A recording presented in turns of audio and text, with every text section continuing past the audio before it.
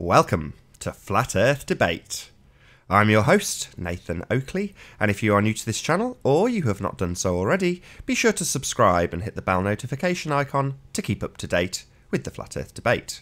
If you would like to support this channel, there is a super chat that runs alongside each of these shows while they are live, and a link in the info box once the video has rendered. But most importantly, if you would like to join the discussion, simply mute the page you are currently watching, then click the link in the info box below this video to join the panel and express your views on the shape of the Earth. There are a couple of rules in the Hangout. Number one, please don't swear. If you do, you'll be ejected, and if you are, please don't try to rejoin the stream using sock accounts. You'll be warmly welcome back on the next stream. Please share the show, as sharing the show increases the live audience, which in turn increases the chances of a more diverse panel. One last time, if you are new to the channel or you have not done so already, be sure to subscribe and hit the bell notification icon to keep up to date with the Flat Earth Debate. I have Sleeping Warrior with us. How are you doing, Sleeping Warrior? Can I get a quick introduction first? Cheesed off, if I'm honest, mate. Wasted my time last night. Got been sent on a merry-go-round.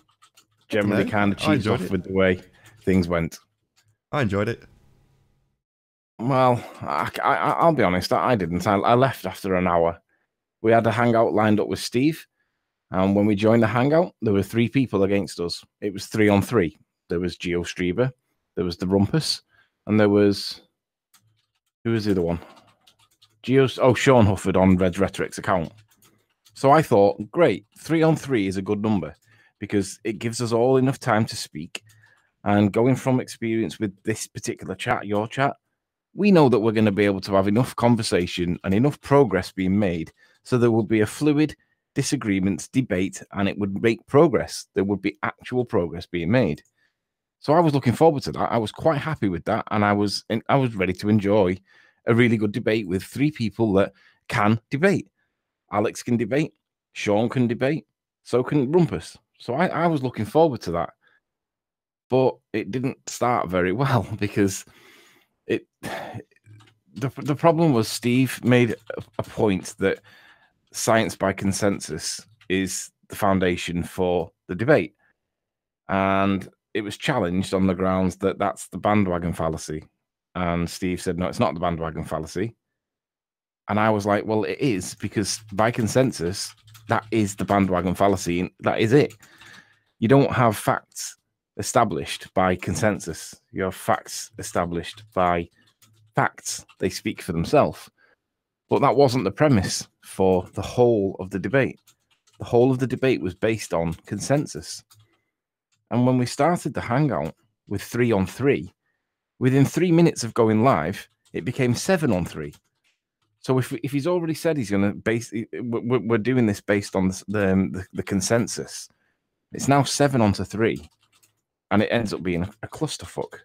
And the problem with that is you don't get any forward movement. You don't get any good debate. You don't get any back and forth.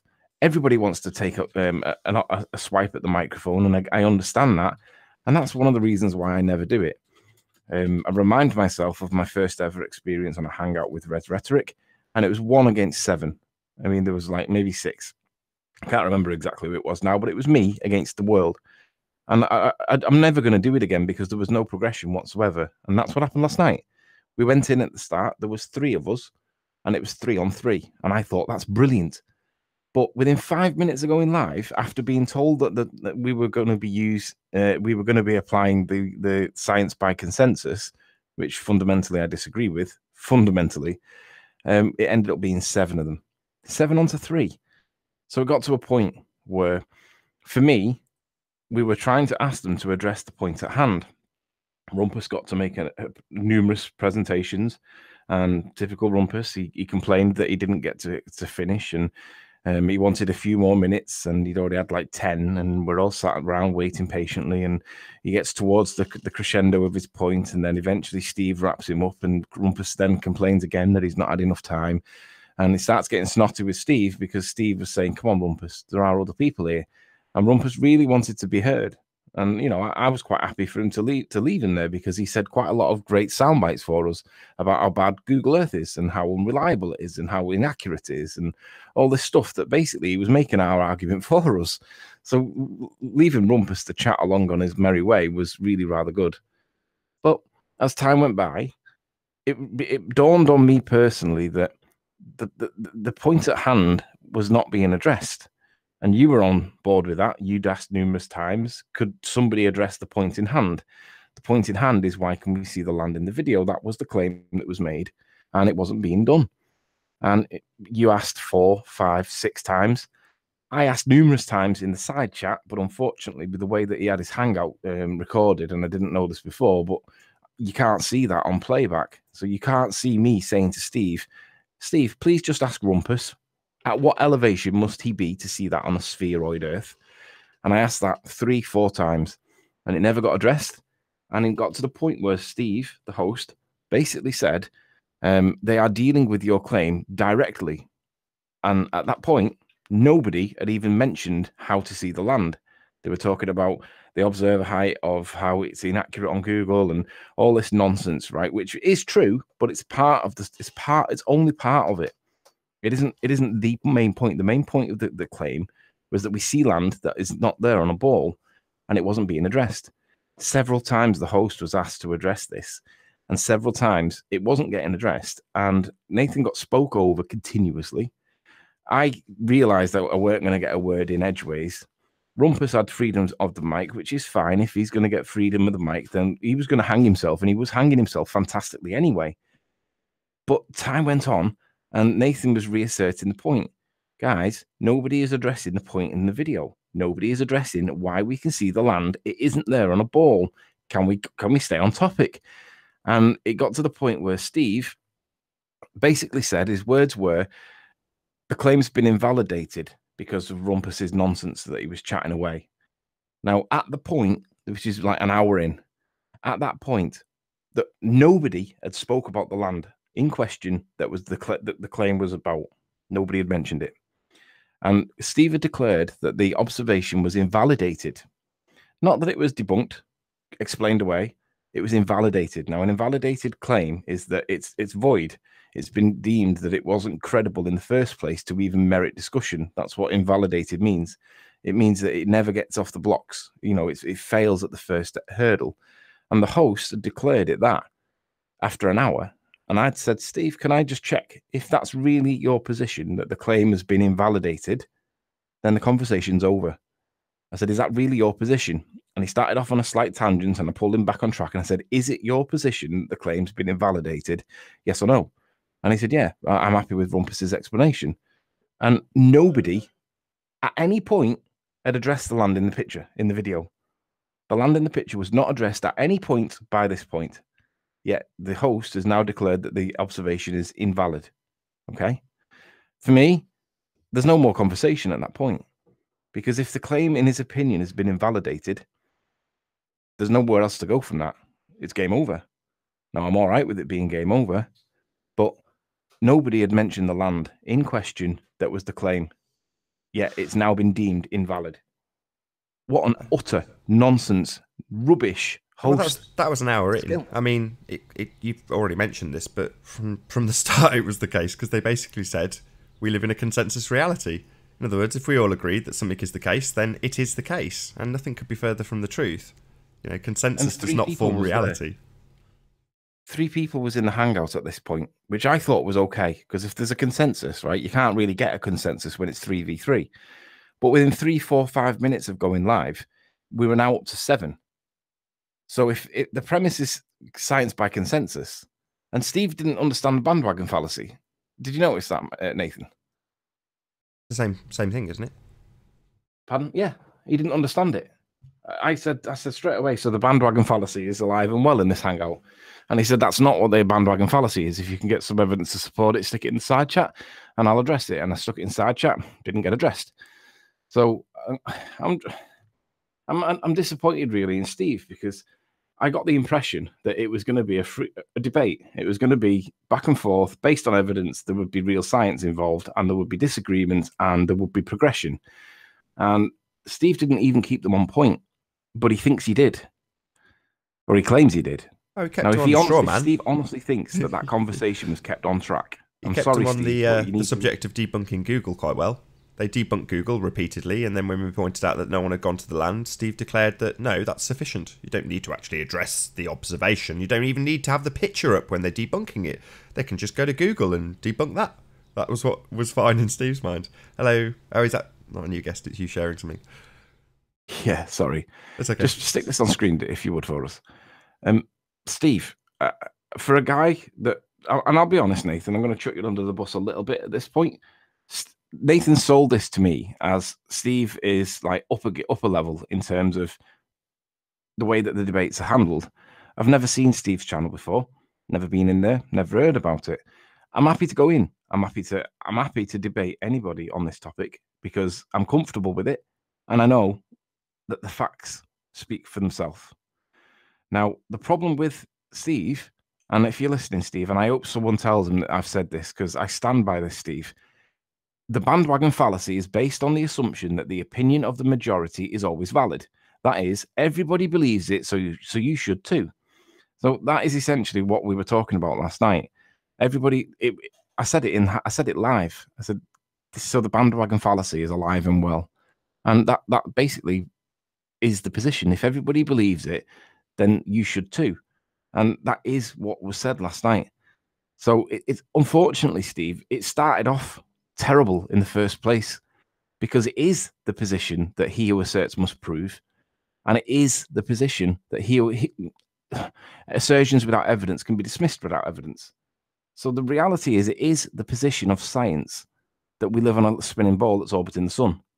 That is the position, that is the assertion, and that is the position that we take and we challenge. So he who asserts must prove.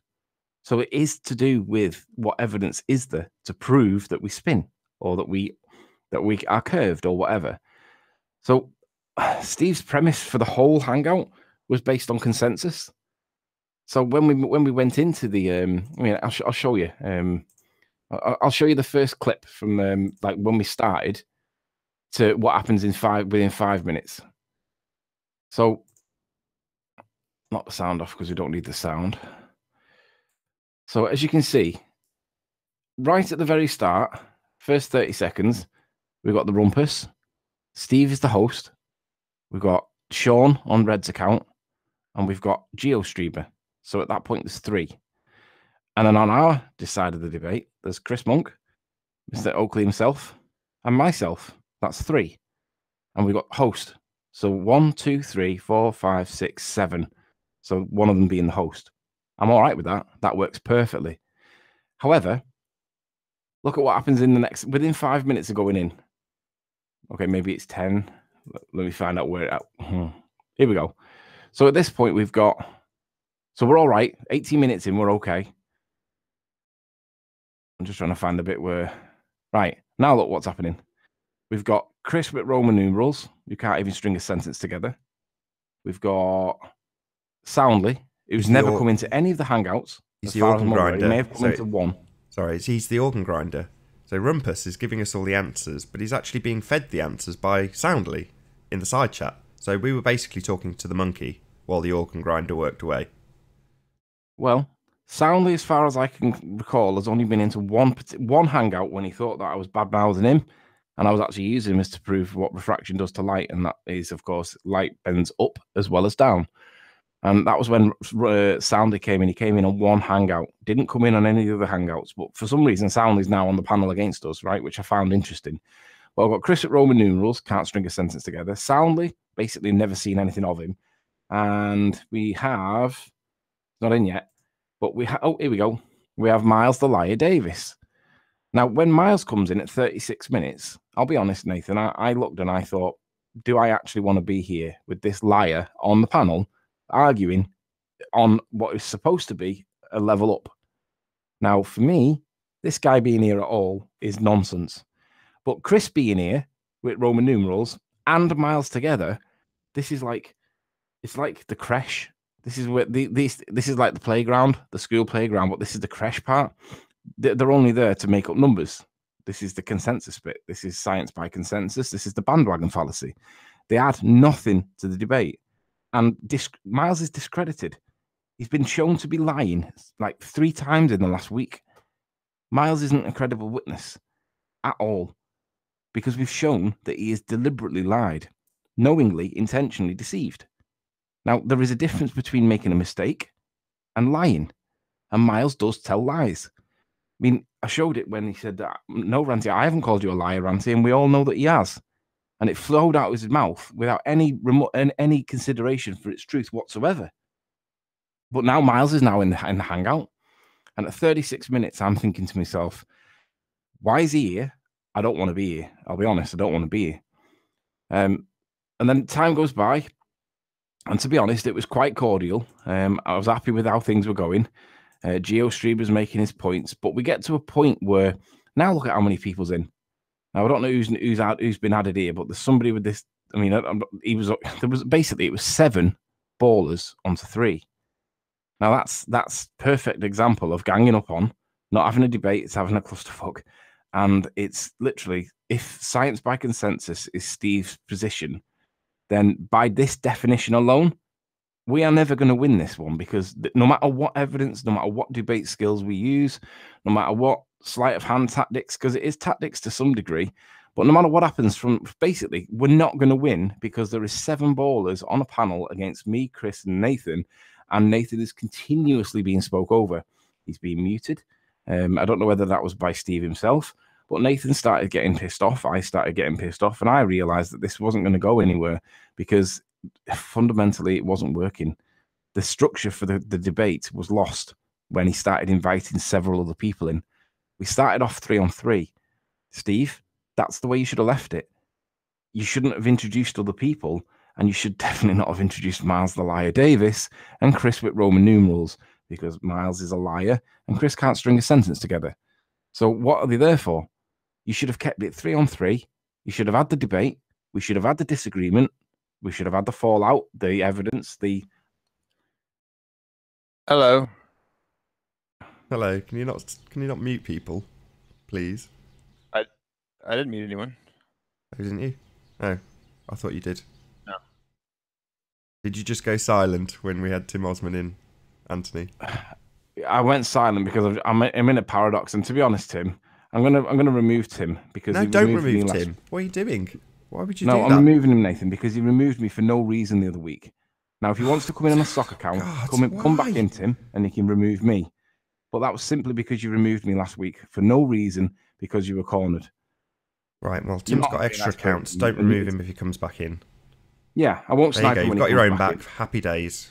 Not that was the payback for sniping me for no reason last week, Tim. Don't be a bitch. We can both snipe each other. Oh, and by the way, I just want to make an admission for my behaviour last night. I did snipe Miles right at the very end. Not because it was debate time. It was the final minute where you get like an extra minute just to say your piece and disappear.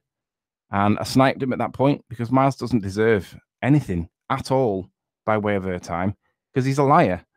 You are fundamentally a liar, Miles. You have no business being in there because you are a liar. So I sniped you because I don't like you. It's that simple. Didn't deserve to be there. Shouldn't have been there. And Steve, you fucked it up, man. I don't think you've been swearing loads this morning. I can tell you're in a bad mood, but no more swearing, please. I'll try and curb my enthusiasm, but I was just disappointed because my impression was there would be a debate. And when we went in there, it was 3-on-3. And let's be honest, Rumpus can debate. He can. Whether he talks credible or not is a different point, but he can debate. Don't particularly agree with Rumpus, but he can do it. Right, leave Timothy Osman alone. Don't snipe each other. You've got your own back. Hopefully you can actually have a conversation this time. Well, hi, Tim. Just consider it payback, Tim. We're straight. Oh, I don't mind. I got a few accounts. You won't get sniped again. Sorry about that. Oh, it's not your fault, man. There was too many on the Globe side in there. Not to say that you would have won the argument if it was 3 versus 3 or something, but it was pretty unfair. Everybody was talking over. To be honest, it would have kept on topic. I mean, how many times did Nathan ask for the actual claim to be addressed, and it wasn't addressed once by an hour? Not once. They claim it was all to do with the observer height. That's a part of it. I agree. But an hour in, the observer height point should be long gone. You should be talking about the point in hand, which is, why can we see the land? Now, it never got 1 hour in, he declared it invalid, right? And that's nonsense, because even if it's even if there's credible arguments against the points that are being made, it would be debunked. But to declare it invalid is nonsense. So for me, it was like, at that point, there's no point in conversing. For me, it's like, right, I'm out of here. See you later. Bye-bye. So I left. Didn't rage quit. I just realized that this was going nowhere. Nathan didn't realize I'd left for a while. Then he realized, but at the same time, he was getting cheesed off because fundamentally, he wasn't getting his chance to speak. He was being spoke over. He was being muted. And that's really, we're supposed to be putting our case forward, and Rumpus seemed to be doing that for us. Great. I was happy to leave him doing it. But Steve, that was a terrible hangout. It really was. I don't agree. I thought it was a good hangout. I mean, he said and confessed, he was quite open about it, that they want to base their opinions on consensus. Well, there's nothing wrong with that. You know, that's the way the world works at the moment, and that is the opinion of the people. So I've got no issue with that whatsoever. People who are watching have got a choice.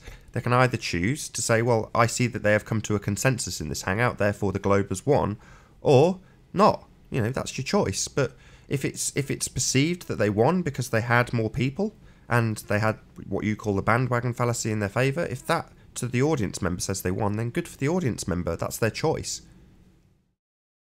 Yeah, I listened to it twice, and both times I kind of recognized that. I guess I'll say first that, number one, you guys kind of started out pretty strong in that saying, Riley saying, you know, I'm a flat earther, and that means that the earth is not a ball, basically. So look, guys, these guys are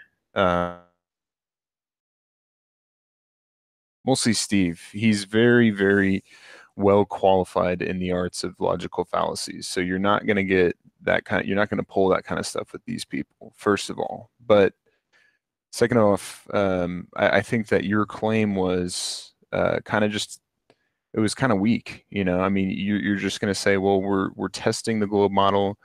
We're in a debate about flat Earth, and we're testing the Google Earth to be specific.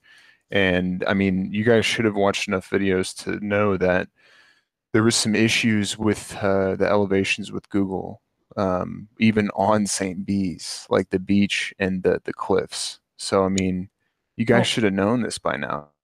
Well, they're points that will be discussed, right? That they're valid. That is valid criticism, right? I'm fine with that. My problem is that it's the bandwagon fallacy that was being applied from the start. Now, if it's going to be by consensus and he then ends up with 7 ballers onto 3, it becomes kind of irrelevant from that point on, because we're not going to get anywhere if the consensus is the rule. It's not, forget facts, it's what 7 people say, and obviously they're all against us, so we're never going to win. But the reality is there were things that could have been discussed, debated, disagreed with, and it would have been heated. It would have been good. It would have been, because you know and I know that Rumpus has got views, and he's very good at not very good at articulating, but he can present them in a way that sounds persuasive. And we all know that we could have had a really good disagreement there, and it would have been really good. But Steve, 7 onto 3 is nonsense, mate. But the thing is you guys, I mean, if this is really your belief, and you guys... Try again, you broke up a second, Tim. Just say that again. If you guys are trying to get to the truth, basically, all I'm saying is that it shouldn't be like, oh, we're going in this to try to win against the Globers. It should be like, let's go in this to learn new things that we haven't found ourselves. Yeah, I totally agree. I want people will scrutinize everything you say, and if you have something that goes against the globe model, you will see when they get stumped. Well, we did, and what then? I mean, Chris. To be fair to Chris, he stayed in for the whole hangout, and he got Rumpus cornered. And I think Rumpus knows he was cornered, and I don't know whether Steve knew or whether he thought it was irrelevant. But he was literally right. Can you show me? And then he made the point about the angle of observation that was calculated, and the reason why he was doing that was, well, I know the reason why he was doing that. And he was one question away from Rumpus being shown to be a fool, but Steve didn't allow him to go back to it, and he asked for it many, many times, and he never went back to it.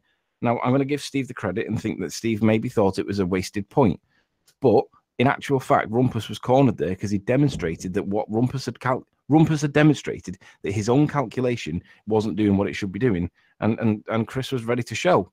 Now, he never got to that point, but Chris was quite right. Rumpus was basically cornered, but it never got to that point because, well, I don't know, science by consensus. If they all say that it's not a valid point or want to move on and suggest that there's something else to move to and obfuscate, then that's what's going to happen. But it's more argumentum ad populum than a bandwagon fallacy, I would say. But well, I guess it's actually otherwise known as bandwagon, I think, now that I think of it. But yeah, I mean, he's not an unbiased moderator by any stretch of the imagination. But the thing is you guys went in with, like I said, those arguments, and then you kind of left.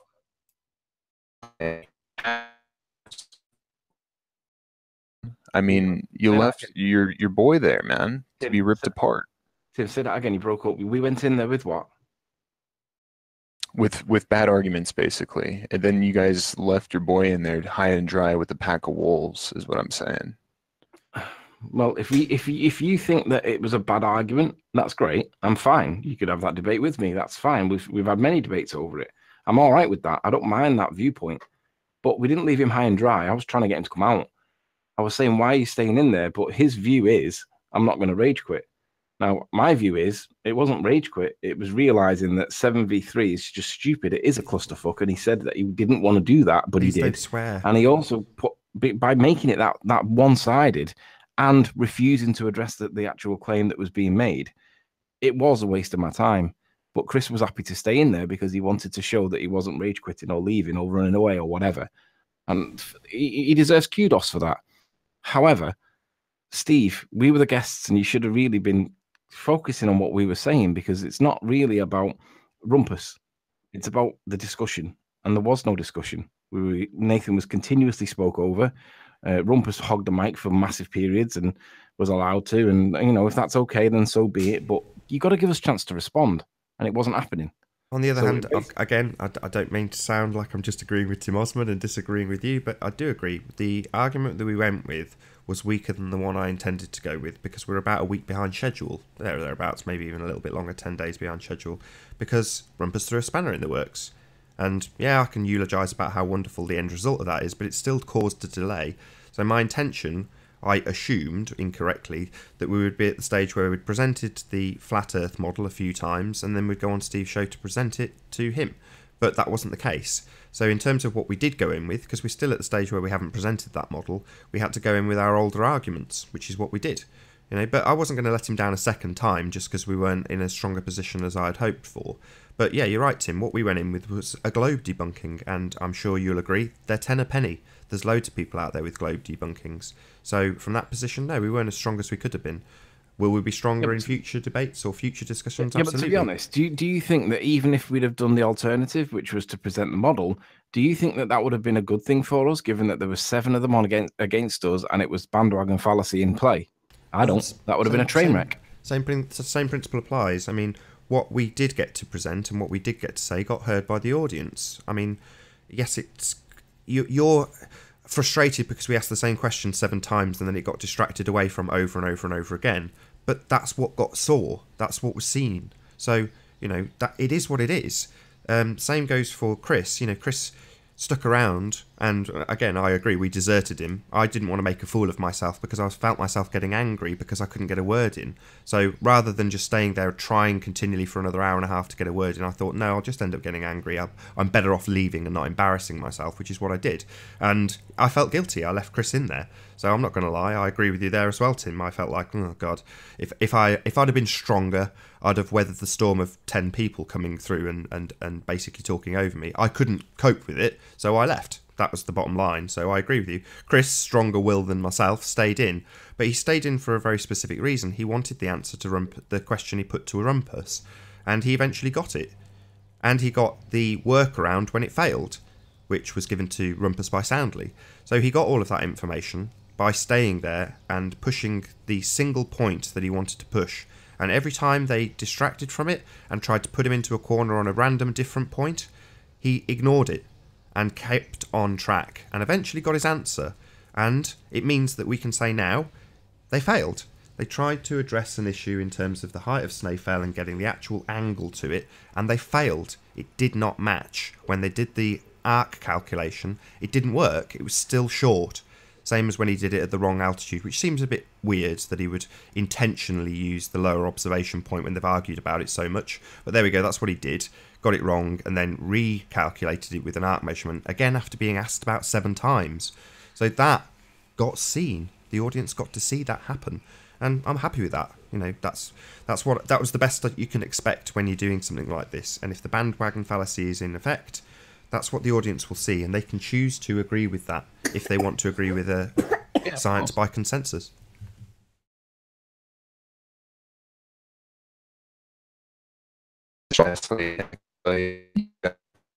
Interrupted terribly. Every time that you would open your mouth, you got interrupted. That's clear for anyone to see. That isn't on little cheerleader team for them.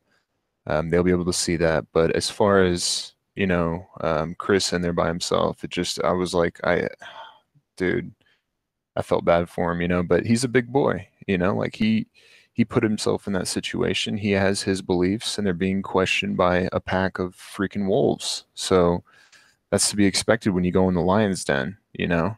Don't have meat in your pocket, basically. Yeah, well, we weren't supposed to be going in a lion's den. It was supposed to be a debate. Yeah, but I mean, in a formal debate, what they were trying to do is actually kind of set the premise in that you're going to say that this shouldn't be seen on the globe model. So first of all, there's a contention with the height of the observer, and this is a big deal when it comes to observations. So they were trying to establish that at the beginning, which is very, very necessary.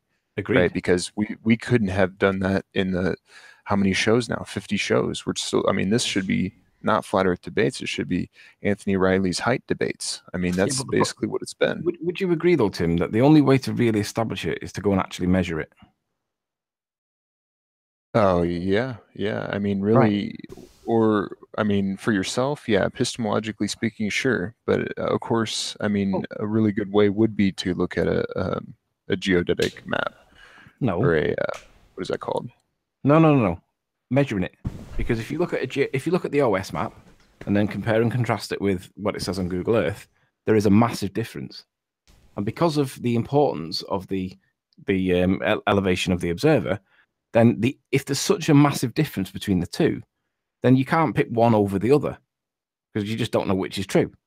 So the only way one is saying a very, very high degree of accuracy, while the other one is saying that it's a 30 plus or 30 minus meters. No, that's not right. What we said was that there isn't the evidence to support the assertion that the plus or minus 30 meters is relevant in this instance.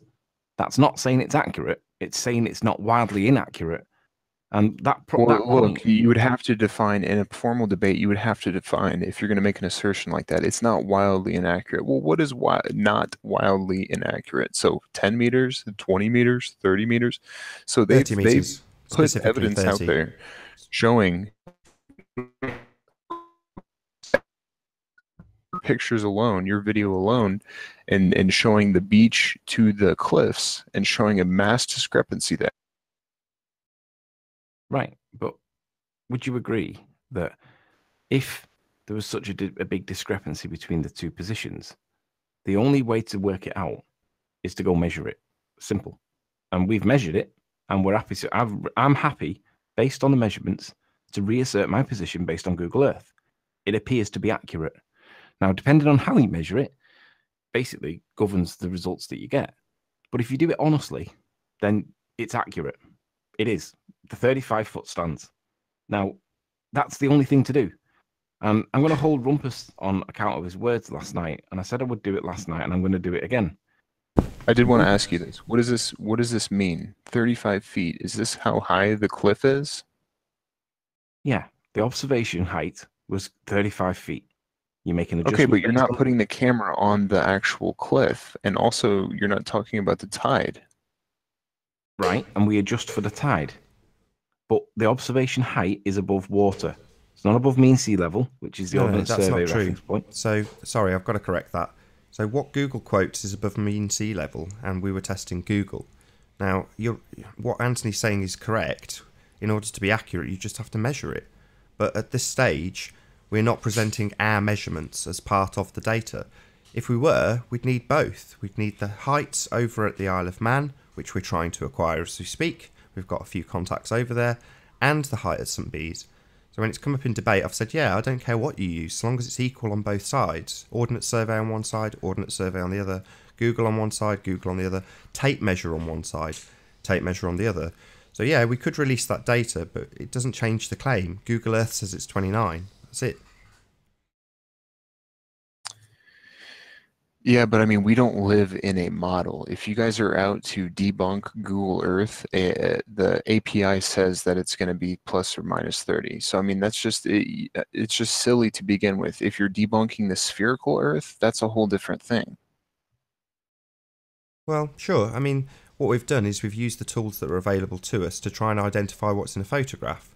So in the case of Ranty, the best tool, or so it would seem at the time, to do that was Google Earth. It's the thing with literal pictures of what you can see in your camera lens. You can get low and have a look. So that seems like the logical thing to use. And we are testing a spherical model in a Blender program that's plotted in at the exact dimensions. So it's not subject to the fuss or I don't know, the inaccuracies. I can't use any other word. These are the guys who we debated yesterday. These are their words, and they're saying it's highly inaccurate. But if those are the tools at your disposal and you want to test the model, then yeah, you're right. We don't live on a model. But if you're testing a model, you've just got to test that model.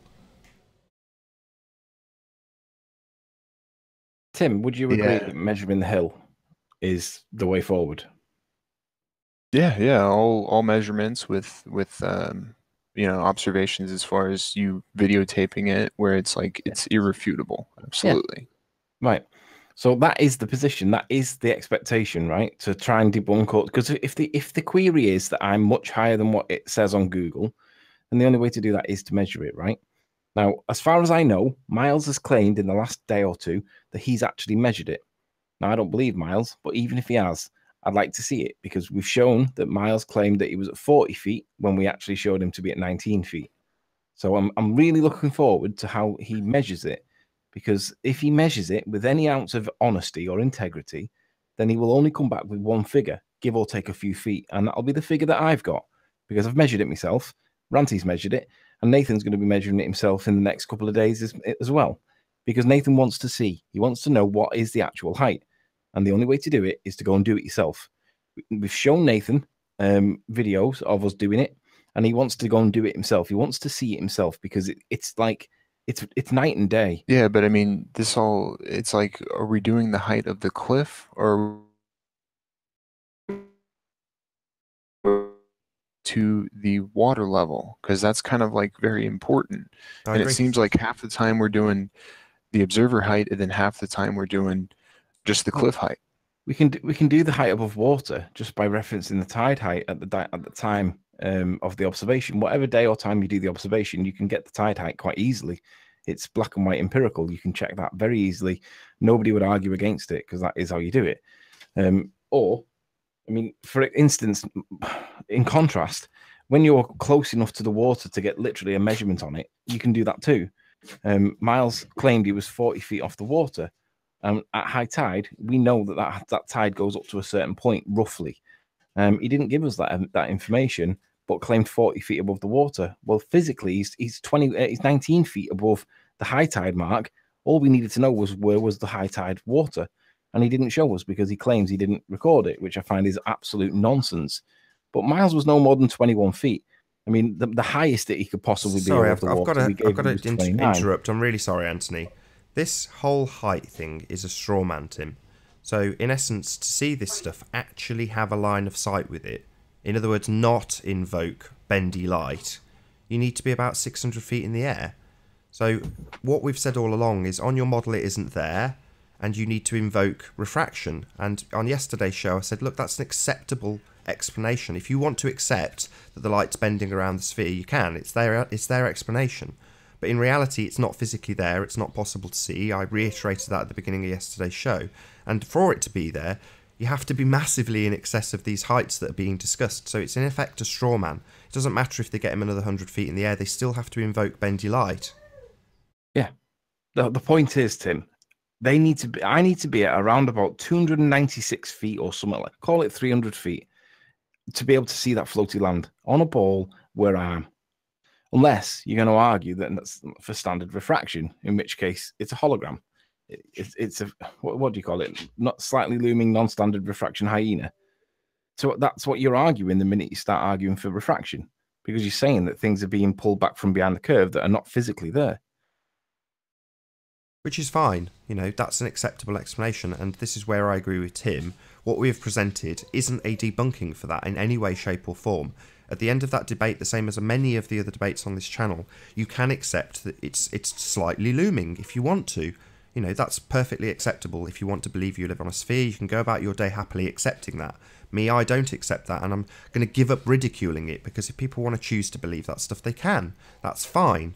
However, moving forward, we can present an alternative that doesn't need band-aid theories to cover up its failures, which is what we're dealing with. We're dealing with a failure.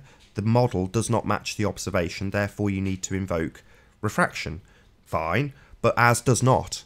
It doesn't have any of these band-aids, and that's the position we will be in at the end of this week, where we can say, it's going to be dull. I've got to be honest, when people see the presentation, it's not going to be flashing lights and, you know, X Factor style excitement. It's going to be a model of the Isle of Man, and most people who aren't in the know will look at it and go, it just looks like the other model. It's like, yeah, it does. But with one key detail, that we actually can identify and match up all of the observations with very, very simple mathematics. It's not a complex file, far from it. It's a very simple file. But it'll be zipped up and presented and go, there you go, that's how your flat Earth works. That's the end of the explanation for our flat Earth. And whether or not this debate on the Isle of Man continues beyond that, I don't know. People may still feel that it needs challenging, but it's going to be zipped up as a matter of fact, and that'll be the end of that explanation. So, there we go. Have I been left on my own? Just a request. No, I don't think so. Just a request from... Thanks for joining, Tim. You've dropped, but thank you.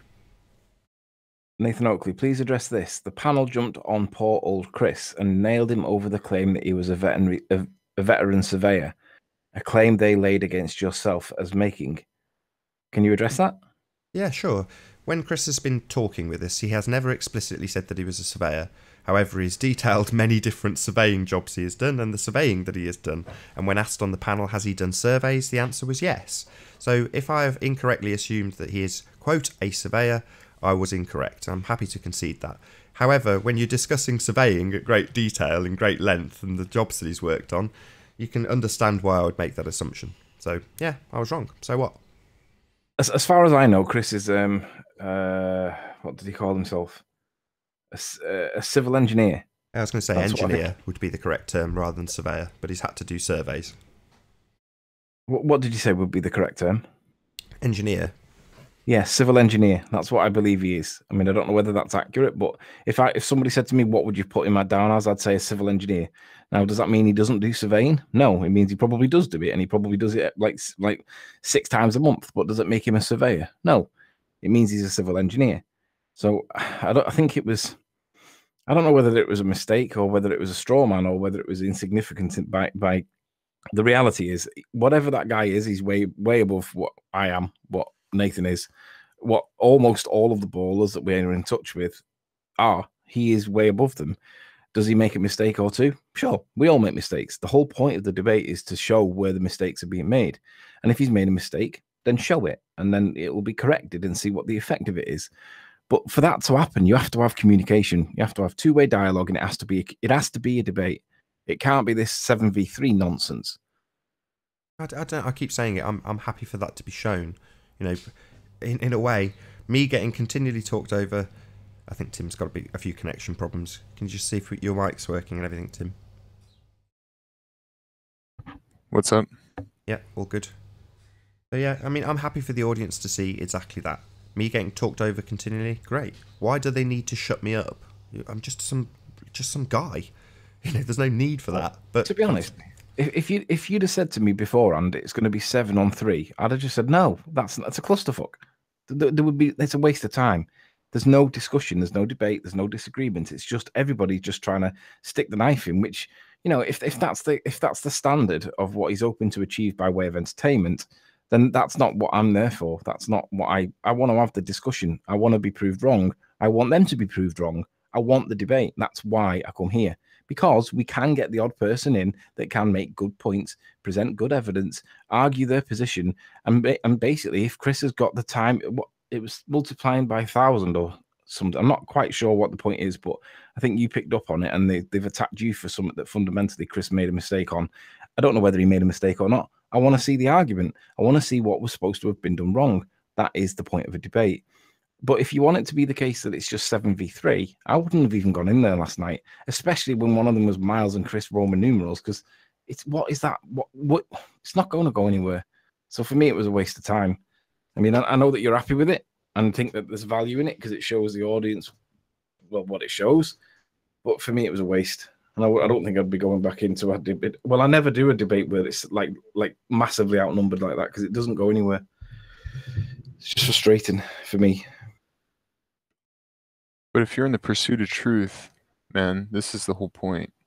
Is that's why I've always challenged flat earthers, is that they just make stuff up. There's no explanation for anything. Oh, it's a hologram, or why doesn't the sun change in angular size? Oh, perspective and whatever. It's just words at the end of the day. And this is the whole problem.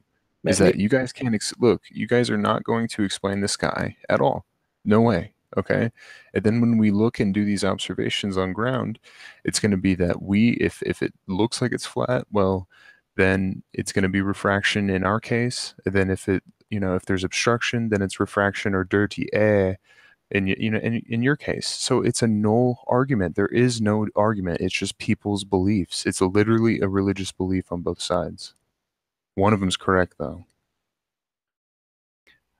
Proving the sky is your assertion, but the evidence to prove the sky doesn't exist, yet you accept it's true.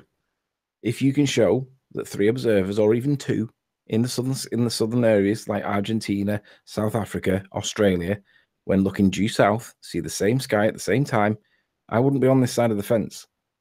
I said this 2.5 years ago. I said this is how you freaking you end this. You guys have millions of flat earthers supposedly will get on the southern tips of these southern hemisphere countries, look due south at the nighttime, and guess what? You're going to see the southern crux. You're going to see the southern celestial pole.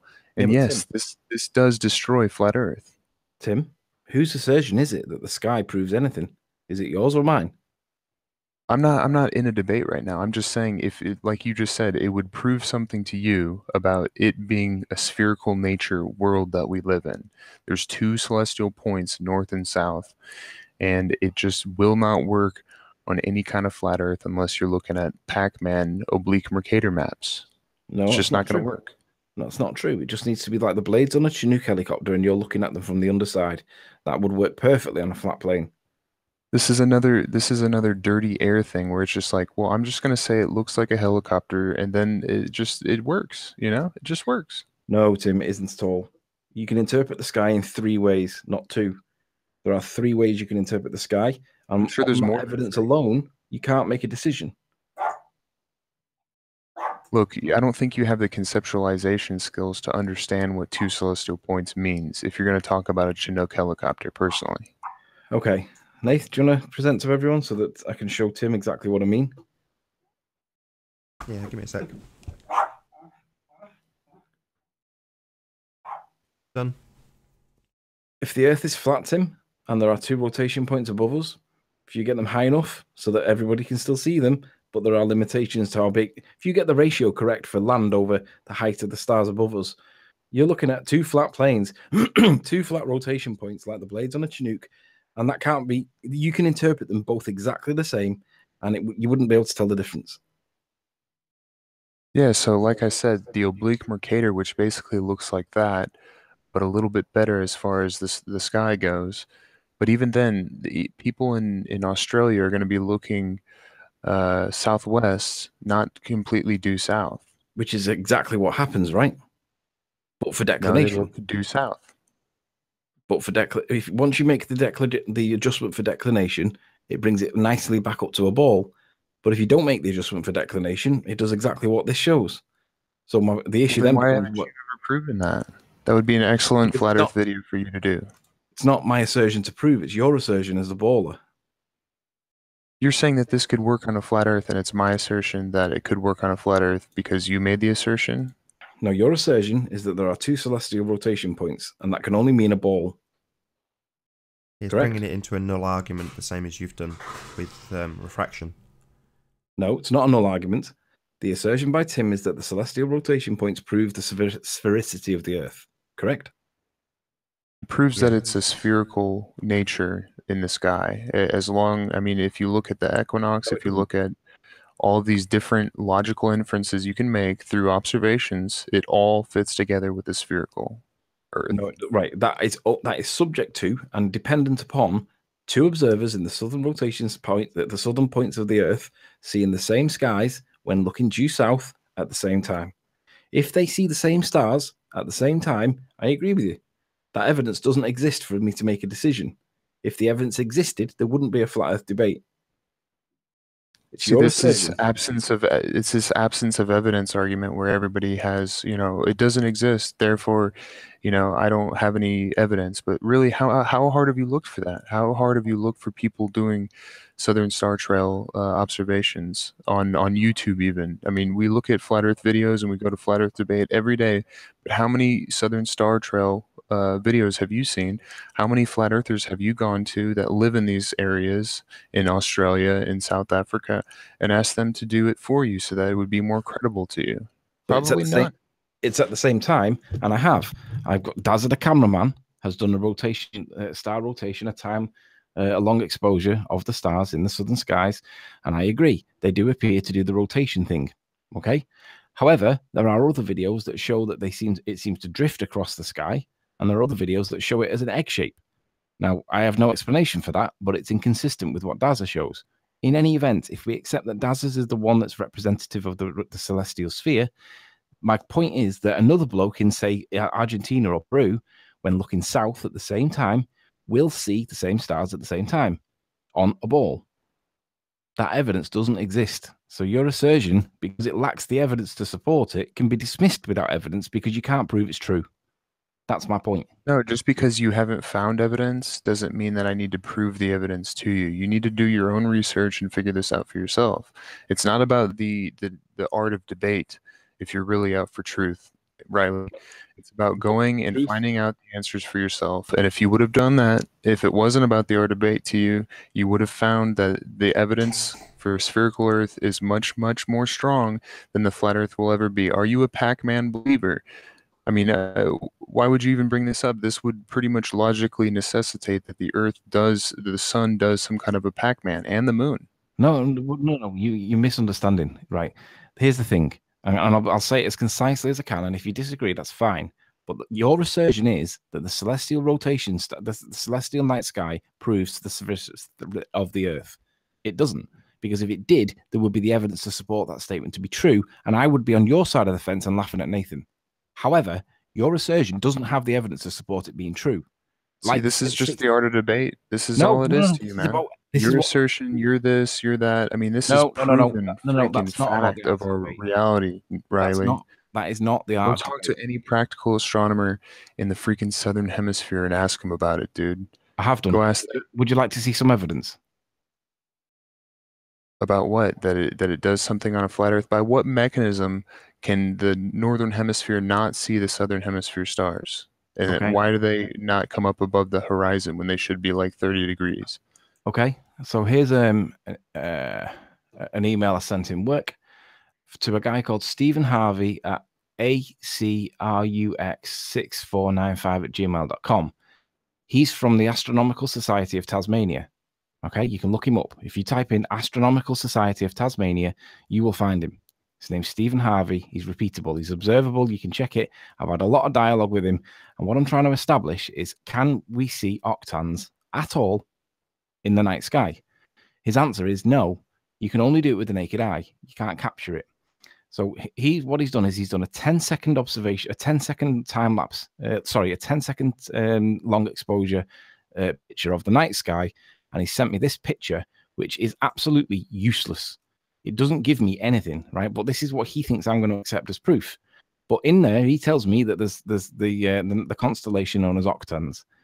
Well, that's useless. I can't see it. I can see the Southern Cross. I can see the crux. there. Sure, I don't have a dispute with that. That sits at, was it 30 degrees? I think. No, it might be 60 degrees. I can't remember what it sits at now. But my query is, can you produce evidence that octans actually exists? And he hasn't been able to do it, because this is what he's claiming is the evidence, and it's not a file I can actually open. I can copy it and put it into Paint, and I can play around with it, but it's a ridiculously poor quality picture from an astronomical society, and they cannot do it. Okay. Now, I've asked him for the original file. I wanted the original file so I can play with it myself. In amongst these little pixels, he's telling me that octans is there. When I've looked into it and played with it on Paint, there is nothing where he tells me it is. Now, he tells me it's because it's too low magnitude, which I know that they are low magnitude stars, but on a 10-second exposure in the night sky from Tasmania with very little light pollution, you would expect an astronomical society to be able to produce credible evidence of the existence of octans. Guess what? They haven't been able to produce credible evidence to prove the existence of octans. But that's another absence of evidence argument. I mean, really, like, the guy could go into Photoshop and put little pinpricks of light, and would that be evidence for you? I mean, it could be anything. That's why I've asked for the original files, unedited off the camera, because this is what Soundly would give me, and this is not acceptable. But this is what he's telling me is octans, and I can't see it in there because it doesn't seem to exist.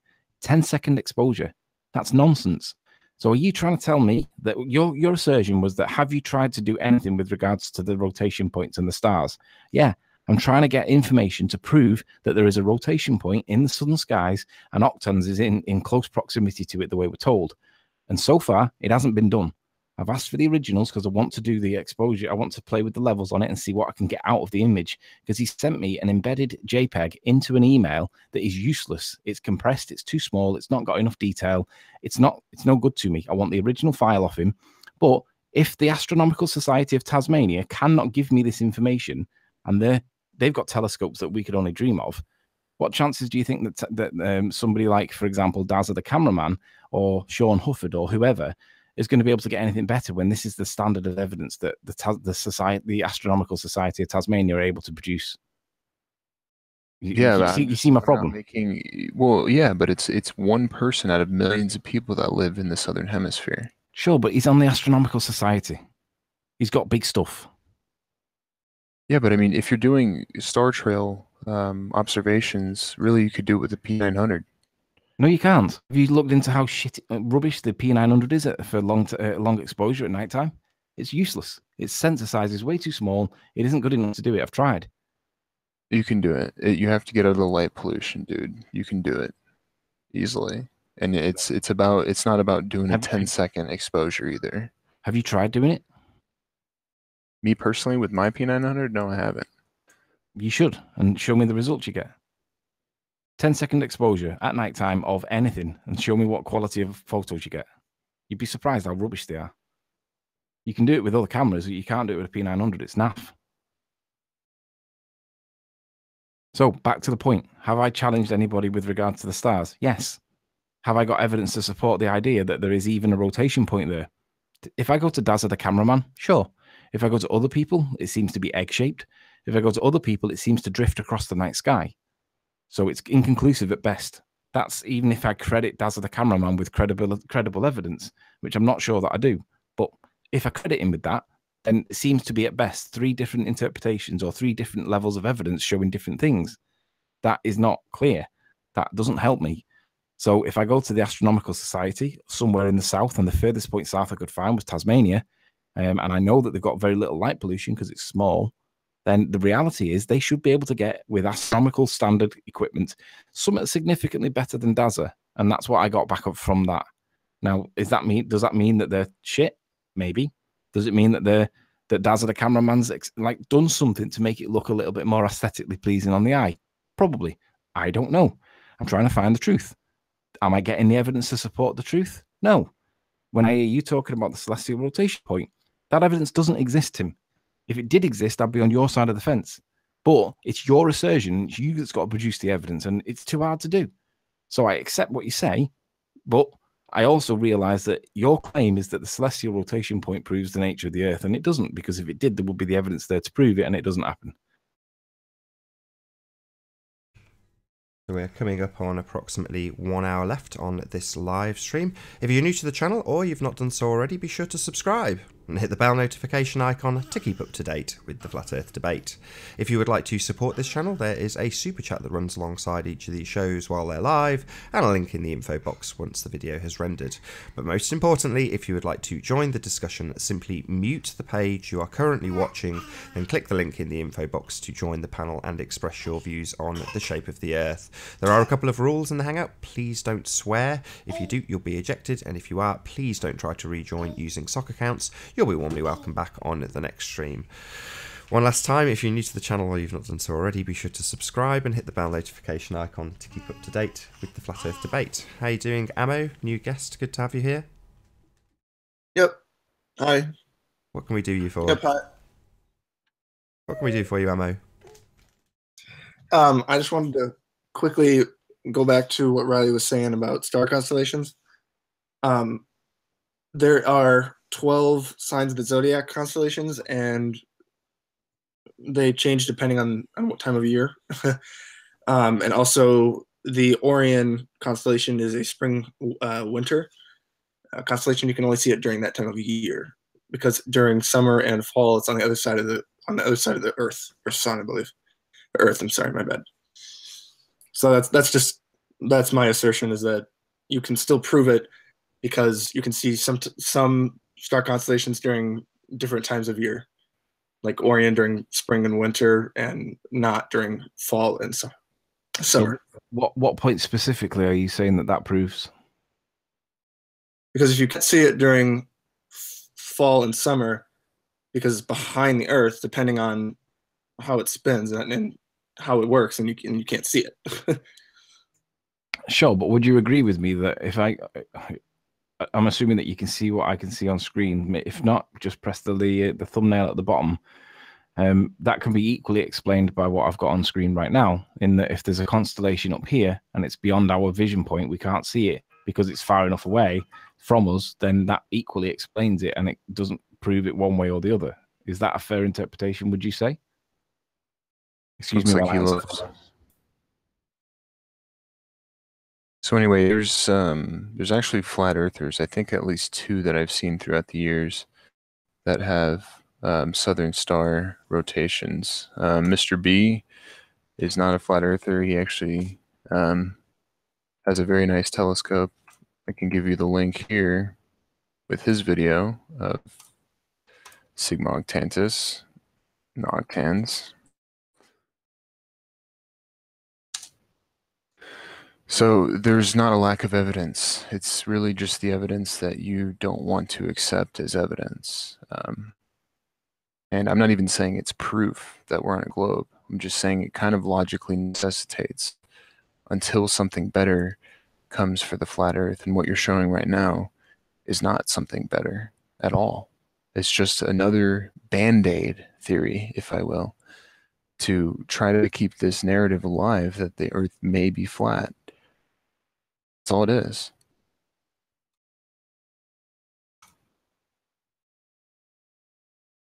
Sorry if that was aimed at me. I was on the phone. Could you just, if it was aimed at me, just repeat yourself? But if it wasn't, just let it go. I think it was general. Okay. So you said about the star constellations, Tim. If you can post that link in the side chat, I'll put it in the main chat for the audience to be able to click on it. Cool. And then Ammo. Yeah. Would you subscribe to Mr. B, by the way? This guy, he has excellent telescope and excellent videos. So Ammo, would you agree He's that gone. the star be interpreted both ways? West Coast, motherfucker. He's also got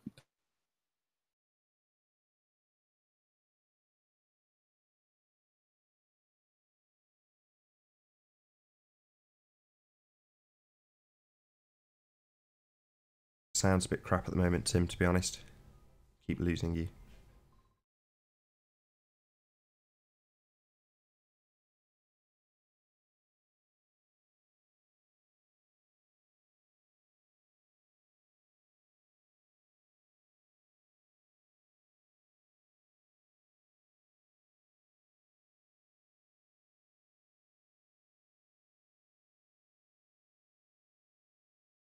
All gone very quiet. Have all three of my guests been removed?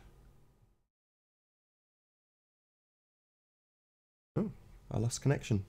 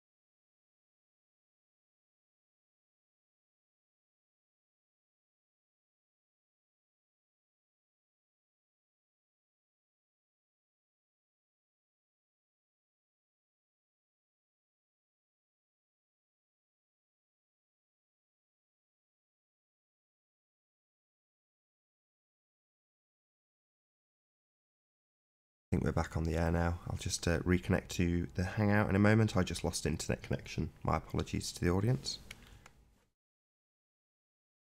Hopefully you can hear me.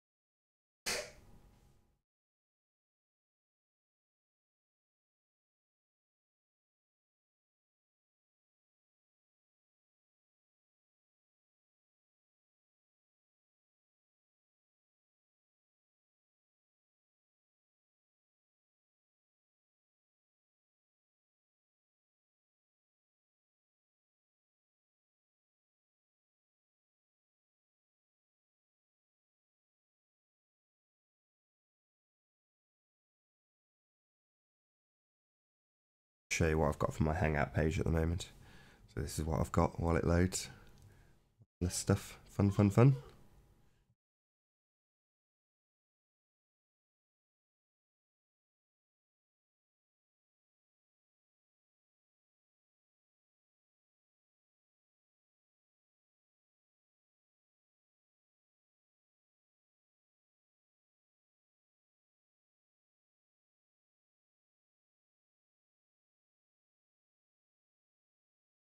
With what he's showing, then it's proving it's inaccurate. The point that Gio was making, that it was wildly inaccurate. You get some feedback, right? It's because Nathan's joined. He'll fix it in a sec. Uh, Are you good, Nathan? Sorry about that. No, not yet. The echo should dissipate shortly. Can you hear me? Yeah, we hear loud and clear. It's fixed back now. On the air. Sorry, I just lost internet connection. So, Tim, the point that Gio was making, and that you've accepted without seeing a counter to it, is that it was wildly inaccurate. Well, what would you expect it to look like? You'd expect it to look like it goes up, get to a crescendo, and then peel off again whilst we go over the golf course. And what do you know? When he extends it out and he doesn't cherry pick his argument, that's the context. It does exactly what you would expect it to do. Now, what his real point is that this is a sharper drop. And I would agree. But the high point, which is you would agree what? Pardon? You would agree what? His arguing point is that this should be a more severe drop off because it is a cliff face, and I would agree. So it's inaccurate. But the high point, the point I was making, is not wildly inaccurate. So no, I don't agree. He's drawn a straw man argument to present his argument that it's wildly inaccurate, and it isn't. You guys are using straw man and other logical fallacies incorrectly. I'm just going to tell you that. It doesn't matter, but okay, well, you guys are trying to create a straw man, really, with this whole Google Earth thing, first of all. Second of all, you're trying to make a straw man with the wildly inaccurate claim. Hear me? Make a straw. Can you hear What's me? up, Miles? Yep. Hey, Miles, how you doing? I just wondered if you'd like to see a measuring tape footage of that cliff. Yes, please. Which cliff? The one where I did the observation, or the one where I didn't? Yes, No, I'd please. I'd like to see the one on this cliff. Can you show me a measuring tape down this one? I can show you a measuring tape down both. Well, hang on a minute. I can't see which cliff you're referring to. The 35 feet one next to the caravans. Can you show me a tape going down there or not? Yeah. Excellent. Great. Present it. The only problem with that is Ranty's got the file to do the counter. But just to conclude the point that I was making, Tim, if Geo showed it in the context of the elevation rather than the profile in which it drops off, then it's completely normal. So he's making a different point than what the point is that I was making. I'm glad Miles is here because he just did a similar video about a beach to cliff observation. Yeah, the one where he lied about his elevation height. I've seen it. He was debunked and shown to be a liar. He's not lying, actually, unless he edited the video of Google Earth saying it. So he's about to show us more, so let's not throw around the lying thing. No, he lied. Black and white lied. So I decided to come back.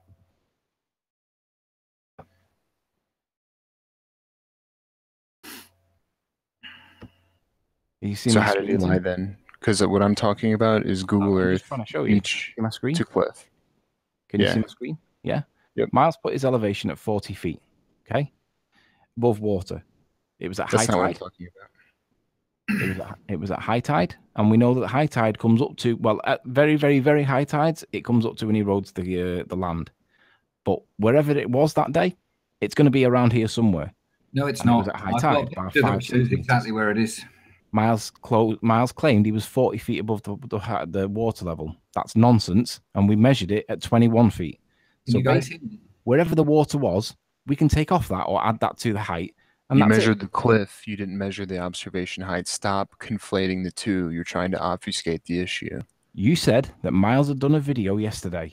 Correct? He didn't do a video yesterday. Or the day before. No, I'm talking about his video where he's talking about the difference between the beach elevation compared to the cliff elevation, showing and proving that Google Earth is inaccurate for elevation. Okay, that's a different point to what I'm talking about. That's not the point. That's what I kept trying to tell you. It's not what I'm talking about. But... Okay.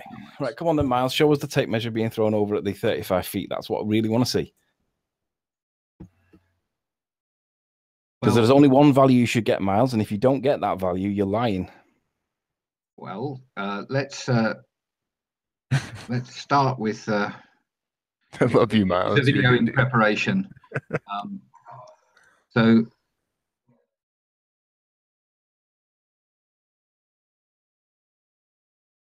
Yeah, that's not the one we're looking for. This is the high cliff.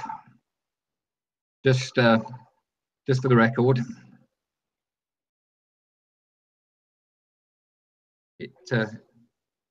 So when did this happen, Miles? 4th of February. So you did have a tape measure with you then? No, the 4th of February was a completely different day. Okay. So 4th of Feb. The time when we shot the wind farm was the 7th of January. So at this elevation, then the only one value that you can get, give or take 5 feet. Right. This is the higher point of the cliff, and we have a 30-meter measuring tape.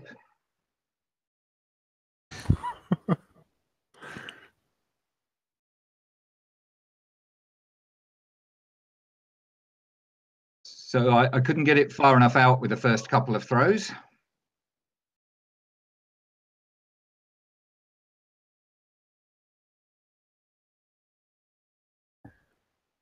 So is this the high observation point? I'm confused. This is the high observation point, yes. Okay. There's the tape going over, and it hits the it doesn't hit the ground, it hits the cliff, and it's still 30 feet. How do you know that it doesn't hit the ground? Because I went down and I marked the spot. I pulled it tight, marked the spot, and then measured the remainder. So what was the So measurement, what you're saying is Miles? you didn't measure this bit. Hold on, sorry. What was the actual measurement on the tape? So I measured this bit. I went down. Can you tell us the number?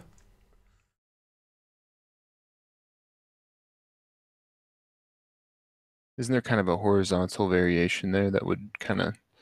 So what I did was I went down. I'll just scroll through this to get to the point where. So here's where the tape stopped. Here, I'll just leave it on this small version. So that's where the tape stopped. And I clamber up that's 30 or so feet. So this is how was this a 30-meter tape? So 100 feet. This is a 100-foot tape, yes. Oh, okay. You kept saying feet. Cool. So Yeah, it basically it's gets 30 to the meters. bottom bar. How much? 10 feet? So we clamber up to the cliff. We're not at the bottom. Miles, can you just tell us what was the I height? pull the tape tight. What was the number on that tape? Well, Miles? he's saying it's max, but we need to see that. So let's see what. Yeah, you'll see it in a sec. So we pull it out tight.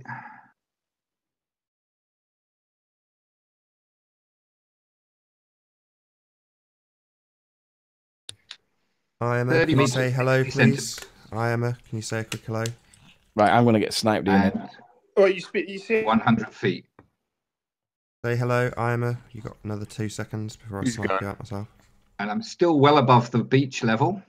Sorry, how much, Emma, Miles? How much above Miles are you didn't there? Let you talk, but Miles Because is doing the presentation what I did anyway. was I marked that spot using a small stone that I pushed into the ground and a bit of dead weed that I, sort of stick that I stuck into the ground, which is all on this video.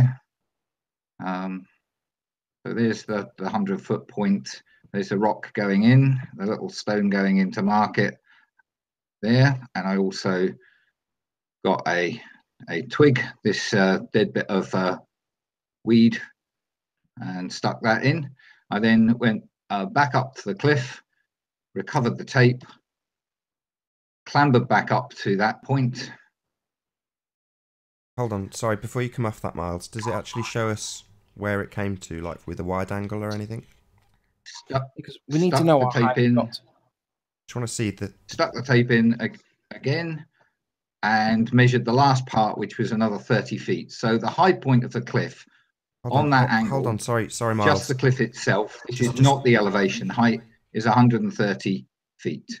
I haven't seen that on a tape measure. So far, I've seen it close up next to some Yes, you twigs. have. Well, no, Yes, that's you just... have.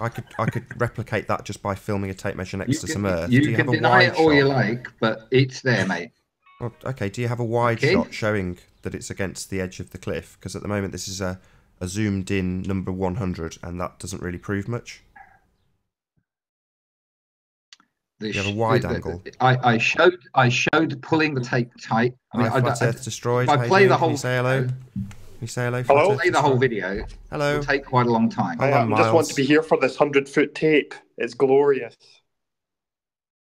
You realise that's not the height that he's measuring, whoever's just Oh, joined. but it's going to be. It's not going to be much. It's the hypotenuse, exactly. Hypotenuse, Yes, correct. Thank you, Miles. It's going to completely but destroy it establishes that the. So, where were we? Go on, Miles. Stick it to them. So I pull this tape tight.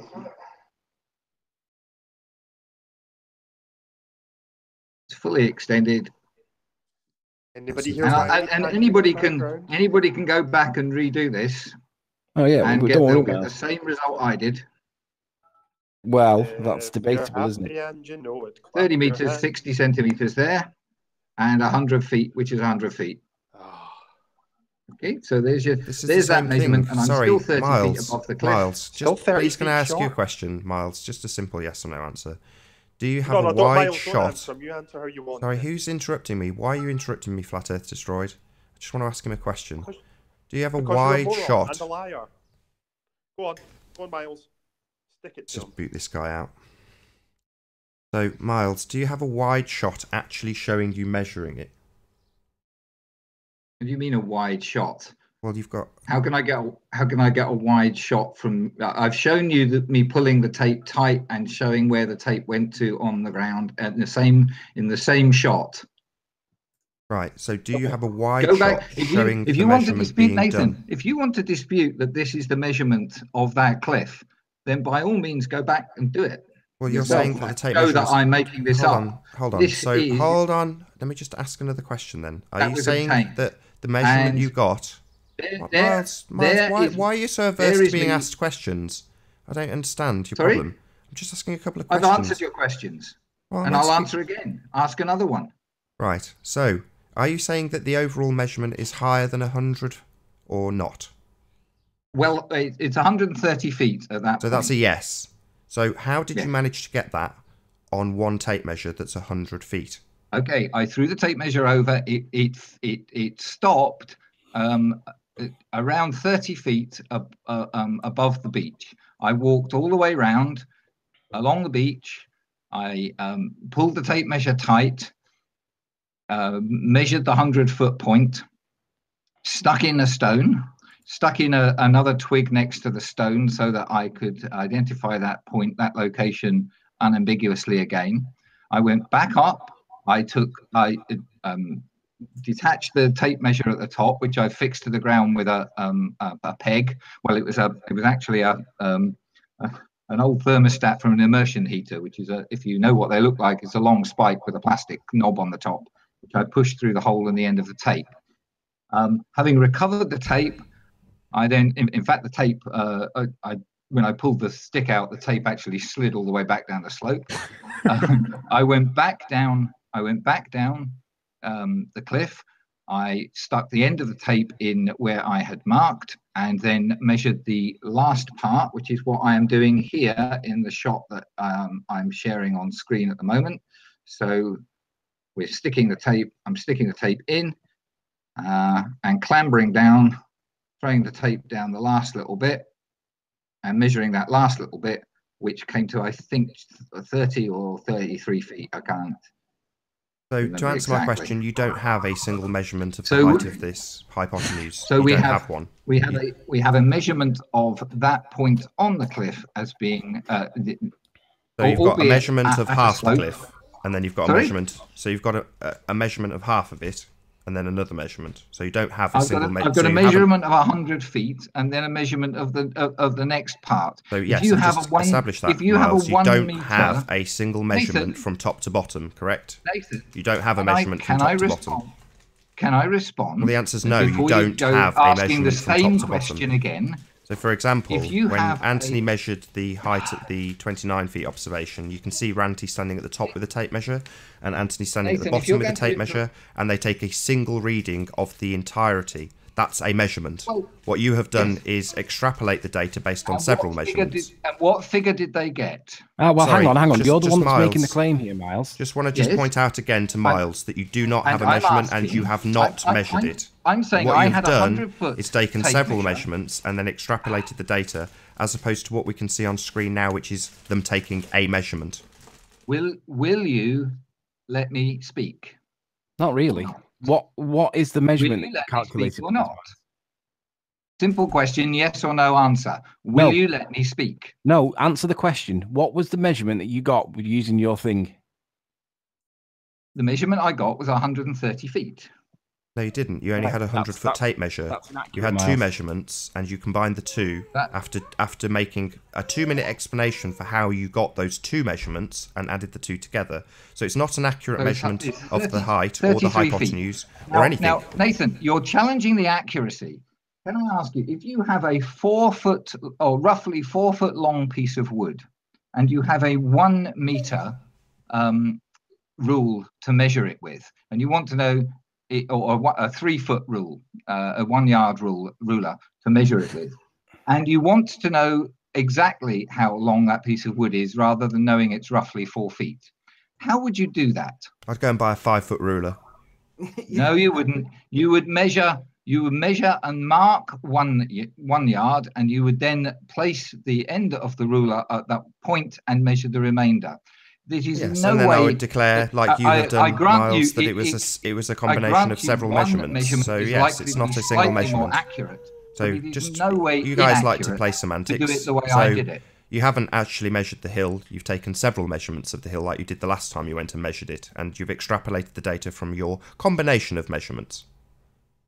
It's not an extrapolation. You obviously don't understand what an totally, extrapolation it's is. totally a fine way to do it. I mean, if you have two, obviously, like he's saying, two rulers, and there's 12 inches or whatever, and there's, you're measuring something 16 inches. You use that ruler, you mark where it goes that full 12 inches, then use the rest. Sure, but my problem here is, wouldn't you expect some kind of, I guess I would call it like a horizontal displacement, as far as it's not a cliff where it's just hanging, dangling completely straight down. Wouldn't there be like a meter or two difference? Correct. So what they've done in this example, sorry, Miles, I just want to answer that. So in this example, Tim, albeit crude, they've stretched the tape measure so they can get an angle and then extrapolate from there.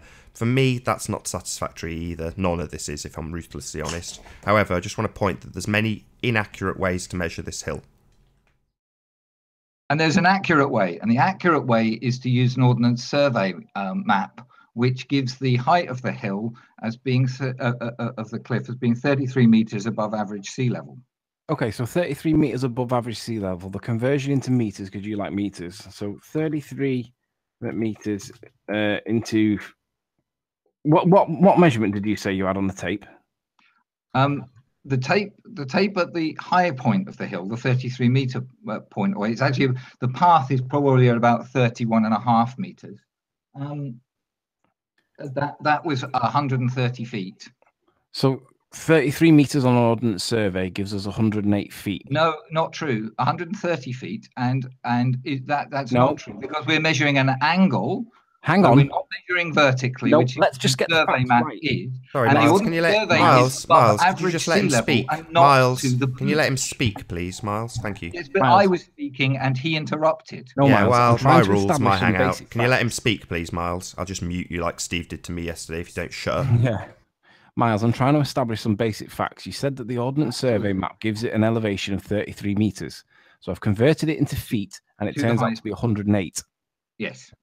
Right. So we agree that 108 is what we're looking at according to Ordnance Survey. However, for the height above average sea level, yes. For the height above, right? Okay. But however, you've been back and measured it. And you said that you got, what did you say you got it to? 100? Did you say 130? 130. 130 feet works out at 39 meters. No, yeah, but it's at an angle. That measurement is at an angle. Sure. Okay? So you have to do some trigonometry, and when you do some trigonometry, it gives but based on the best angle reading I could get, it gives a measurement. Can we see that first? Sorry, before you detail it, Miles. The cliff alone, can we see gives a measurement of over 90 feet. Can we see the angle that you got? Have you got evidence of that measurement? I don't think I've put that into here yet, but I have a dioptrap angle, which again, this is work in progress. I simply asked you whether Eleanor, come away from to there. See the tape measure, and the tape measure gives you 130 feet, and I would challenge anybody to go and measure that same point on the cliff and get a wildly different reading. Obviously, each time you measure it, you'll get something slightly different by a foot or so. Miles, can I just stay on topic, because we've got you. Absolutely. We've got you measuring the hypotenuse at around 130 feet. Okay. Yeah. Have you, yes or no, have you measured the angle at the bottom? And if so, what measurement did you get? I made an attempt to measure the angle at the bottom, and I would need to check what those were. I don't have them easily to hand. Can you go and get the answer, please? It's critical, absolutely critical. If you're trying to claim the height from it, that's what you're doing. You're measuring the hypotenuse inaccurately with two measurements. But if you want us to actually accept this as a height measurement, we need that angle. Okay, that's fine. So whilst Miles is getting that angle, I've also got the measured angle, and I want to know what Miles claims it is, because we've got numerous measurements of the angle, and right off the spot, I can tell you now that this 130 feet is not accurate. But this is what Miles is claiming. Well, What's your claim, Anthony? Well, I want to see what your claim is first. Let's You're making finalize. the claims here, Miles. You're saying that my claim is not accurate. It isn't. You've used two measures. So you have the same measurement. What did you get? We're waiting for your claim, Miles, and right now you're getting the angle. And my claim is that the distance that on that angle from that point that I measured. What angle? 100. What angle? What angle? 130 feet. Now Miles, I'm asking what angle? you, what distance did you get? What Why angle? won't We you haven't give got the your entirety distance? of your information yet, Miles, so we're waiting for the angle, please. You've come on to give us your measurement, so give it us. You came on and asked if it was okay for you to present your information. I've said yes. You've presented it. Now present the rest of it, which is the angle. You have to finish your claim, Miles. No, I don't. So but I will do. When but Anthony did it, all I heard course from the you do. chat was, what's the angle, what's the angle, what's the angle? And at the end, he gave the angle. Now, I would like you to do the same. Even though you haven't actually pulled it out with the tape measure and measured the angle, you've done it with Dioptra, that's fine, but I'd still like to know what the figure is. And just for the benefit of everybody in chat, this value, when we put this number in, it's going to give us the height, right? For them to have any elevation issue with regards to the Mackle Lighthouse, it needs to be at least 300 feet. Now, they're claiming that I'm at least 120 feet. It doesn't need to be 300 feet at all for Mackle's Lighthouse. Now, no, you guys, doesn't. You guys, Miles, you're supposed to be looking for an angle. Have you found it Yeah. yet? I don't want to hear from you until you finish what you claimed you were going to present here today, which was the measured height. And in order to complete that, you need to give us an angle right now. because that's Miles' claim. And leave him on, Nathan. Leave him on mute. Nathan, your approach here is unnecessarily aggressive and rather I don't rather give a bullying. shit what you think, Miles. All I care about is this angle, so we can get a height from this extrapolation that you have done. That's all I'm interested in. If you're not going to give it us, go away. Go away, and we'll disregard everything you've put up so far, or give us the angle. Yeah, I agree. I'm looking for the data. Jolly good. Keep your mouth shut till you find it. That's what you've come here for. That's what you've asked to do. I've let you do it. Now you're saying you need time to actually complete what you wanted to do in the first place. I find it quite pathetic. Get on with it. Just get on with it. Get on with it. What are you waiting for? Give us the angle. I don't hear an angle coming out of your mouth. Nathan, grow up. Not grow up. Give me the angle that gives you the height. That's what you've claimed you're going to give us. The height. Looking for that information. We'll get on with it. Wait for just a moment. Instead of next time, be more prepared. Next time, be more prepared. If you're going to come and claim that you're going to give us a height, be more prepared and actually get your data together. Right. So, whilst Miles is getting his angle, and we're not going to... It appears to be somewhat... Miles, shut up. Don't tell me to shut up. Yeah, we just want to hear a number with a degrees afterwards. That's what I want to hear from you. Now, the reason why Miles needs to do this is because the claim on Google is that it's plus or minus 30 meters inaccurate. Okay. Now, they always go with the, well, it's obviously plus 30 meters because it suits their argument. But we do not say Miles, Miles, what part of I want to hear a number with a degree afterwards? Don't you understand? Are you dense? That's the point, Miles. You're supposed to be proving. Meanwhile, Anthony is misrepresenting. Stop talking, Miles. I just want to hear a number with a degree afterwards. That's it. So, if this anything below 100 for the observer height, Google's not wildly inaccurate. Anything around 50, it's bang on. If it sits somewhere in the middle, it's there or thereabouts. However, Miles has gone and measured it. And he's got, if you think that that was a credible way of measuring it compared to the video that I showed you where we measured it, and we've done it numerous times, numerous ways, and we're conclusive. But Miles has done it his way, and I want to see the angle. I want to see what he claims is the angle, and I want to see how he measured it. Now, when he gives us the angle, we'll get the maths. But the second part of it is I want to see how did he actually do it? How did he get that angle? Because it's important. And we've got it with different ways. We've measured it with Dioptra. We've measured it with... we've done it three ways, and I don't want to say too much because I want Miles to make his case first, because he's the one that's claiming, by being a baller, that Google Earth is wildly inaccurate. Well, Google Earth places the height of this at No. 16 meters. Miles, I'll say it one more time. I want a number with degrees afterwards. The best number I have is 41.1 degrees. Thank you, Miles. Thank you. So, and that's for angle A, the bottom, yeah? 41.1.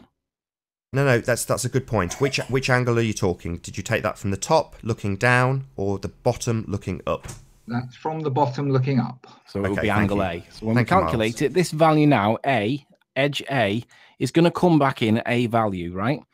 For their claim to be plus or minus 30 meters, that means that if that is accurate, the value that we are going to get is going to be the 52 plus, let's just do the arithmetic. Hang on a sec.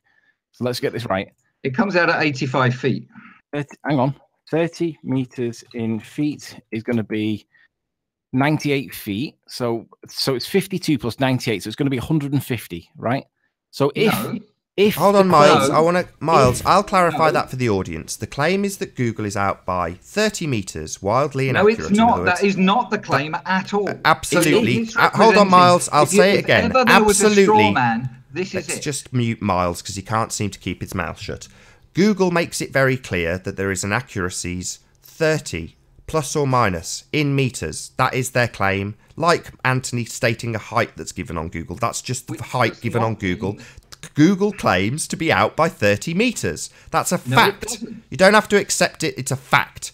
Now, that claim has been put to pass by people who don't want to assert that Google is in any way accurate. In other words, wildly inaccurate. Now, what we have is that 30-meter discrepancy, which works out to 98 feet, and what they claim is 58. So what we are looking for is, 150 feet. That's what it needs to be for that assertion to be held as true. It does not need to be 150 feet. Why not, Miles? Understand plus or minus, and you do not understand plus or minus 30, specifically plus or minus 30, and we're adding on plus 30. It's out by 30 meters. It's saying no, we know it's not out by 30 meters. That's our assertion. Your assertion is that he is well in excess of 100 feet in excess of up this cliff. That's what I've heard. That's what I have heard on multiple occasions from multiple people. Now we're going to apply whether or not there is a 30-meter discrepancy in the globe favour on Google Earth. We're now testing it, Miles. Thank you for your measurements.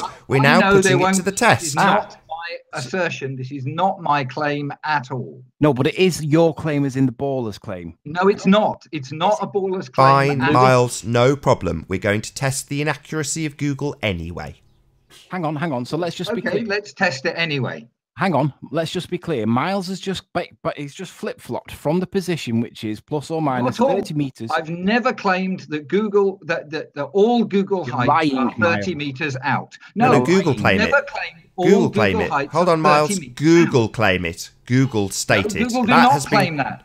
Google claim it. They give Google claim it. Out by how many times? To 30 meters. Yes. Google claim it. Now the problem is anything between 0 and 30. In fact, anything between minus 30 and plus 30. Yes, Miles, but the value that you ballers have been applying to me is that puts me at least 120 feet.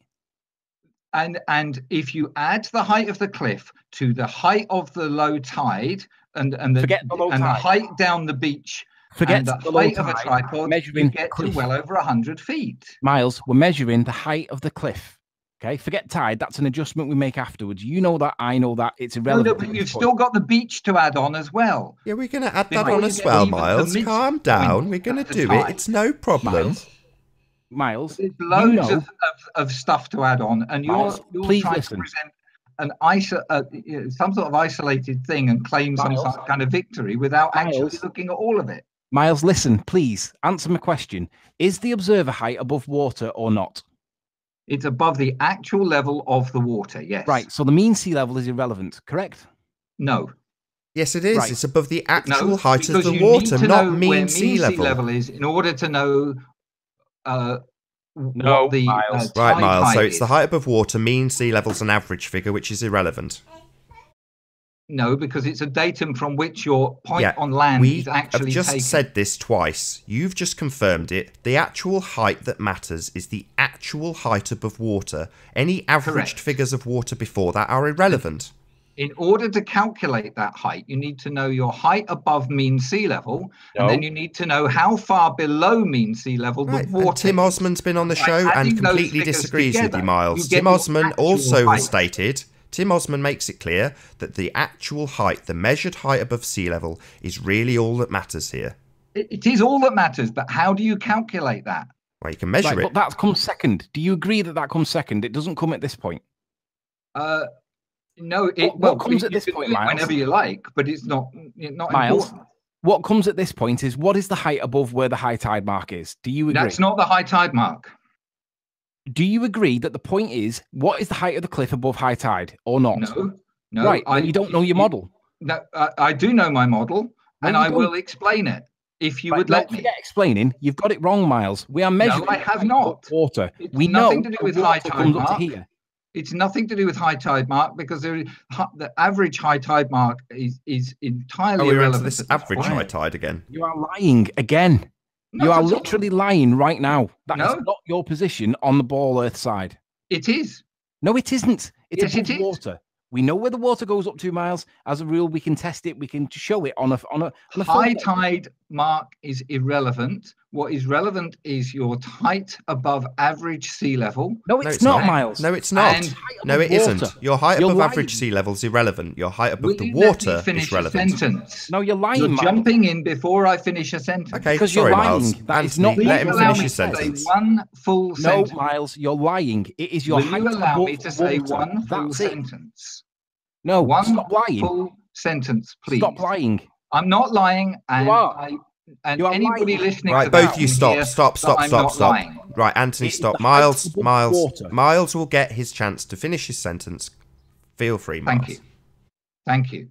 What matters is your elevation above the actual level of the water. Correct. In order to calculate the actual level of the water, you need to know first your elevation above mean sea level, which is the datum used. That's not how you do it, and Miles. Secondly, I thought I was going to get to finish a sentence. Yeah, but you're lying again.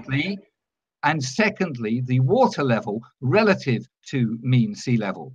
If it was low tide when you took your observation, then there will be a factor to add on because the sea level is below mean sea level. If it had been high tide when you took your observation, then you would subtract the amount because the water would be higher than mean sea level. What you need to know is your elevation above mean sea level, and then you apply the extra correction based on the tide in order to establish the height above the actual level of the water. Now I finished stating exactly what my case is. But that's not the position. Now continue with your analysis. So I've got a question, Miles. Then what was the point in measuring it then? The point of measuring it was to establish whether Google's figure of 16 meters for the height of that cliff above mean sea level, mind you, was remotely accurate. As it turns out, you get a figure of around 85 feet in height just for the cliff itself without going down to mean sea level, which is quite a number of feet further lower. That's a problem. Therefore, 16 meters, works out at around 52 feet or something like that, I think. Therefore, hold on, Anthony, let him finish. There is a significant error on Google. No. Stop. Anthony, just let him finish. Let him finish. He's got a lot to say. He's done a lot of work. I want him to finish. Yes. The problem is he's obfuscating and going away from the point. Let him. Not at all. Let him. Right back to your point, Anthony. Go ahead. Right. Your point, right? It is your model that it's the height above water. And we know that because it tells us it is. And that's what I just said. I just explained but what you said, Miles, what you said was that... Miles, come on, let him finish. What you said was that you calculate your height above water with reference to mean sea level. No, you don't. You measure it. How else do you calculate it? You measure it. So in the instance where you claimed at 40 feet, if you'd have panned your camera down, we would have been able to tell where the water was. It could have been here. It could have been here. It could have been where his feet are. It could have been where his knees are. We would have known what the high height was, and we could basically measure it. Well, we have a photograph of that. Right. Well, why have you never presented it?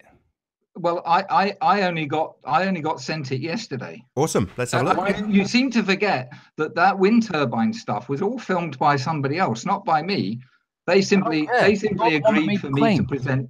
You're the one that claimed that you were 40 feet above water.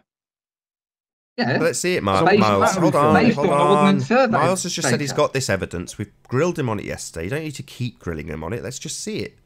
Yeah. Can you produce the water height at the time that you did your video, please? You'll need to let me get the picture.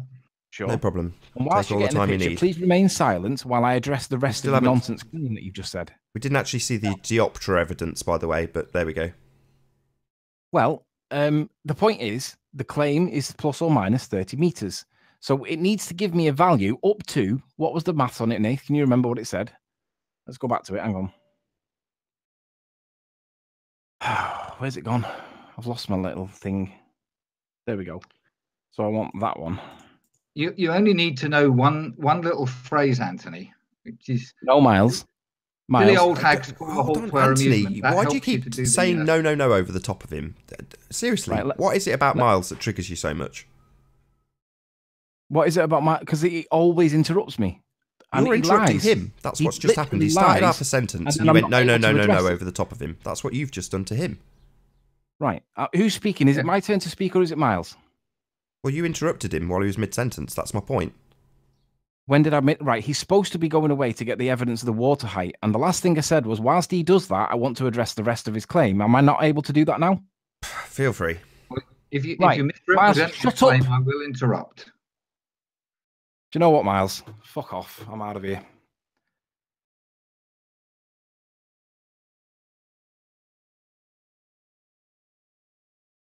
Has Anthony left? Or has he sniped me out? Is Anthony still around?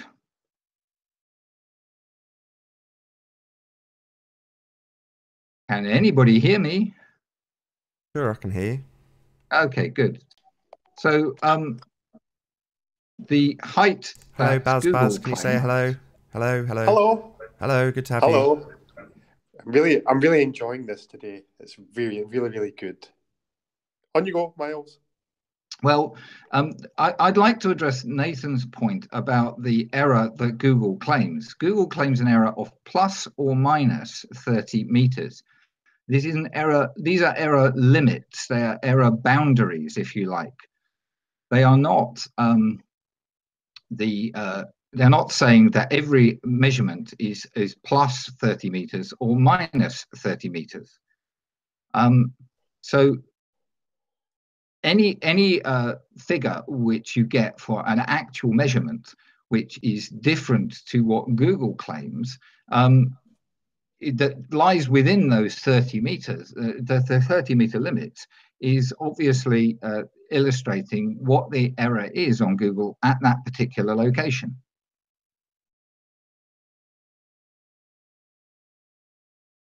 I can also just share a screen to show you where the tide was when we were actually filming.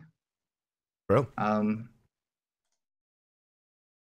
I can get to what I actually need to do. There we go. Share screen. It's a pity that the people in the chat see the screens that we're sharing, or do they get something else? So not that one. Okay, can you see the picture of the P900 on the tripod?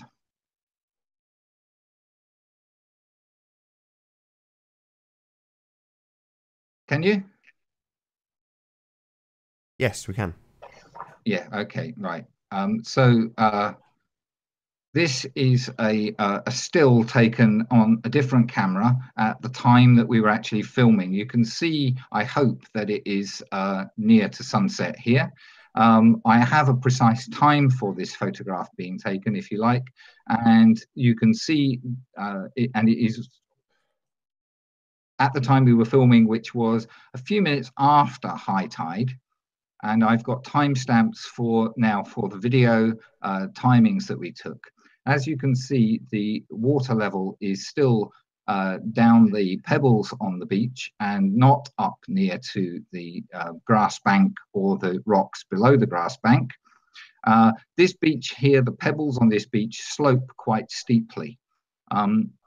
It doesn't look like it by comparison with the bank, but there's still there's still, it's a relatively steeply sloped. There is a drop down there of several feet from the rocks down to the high water mark.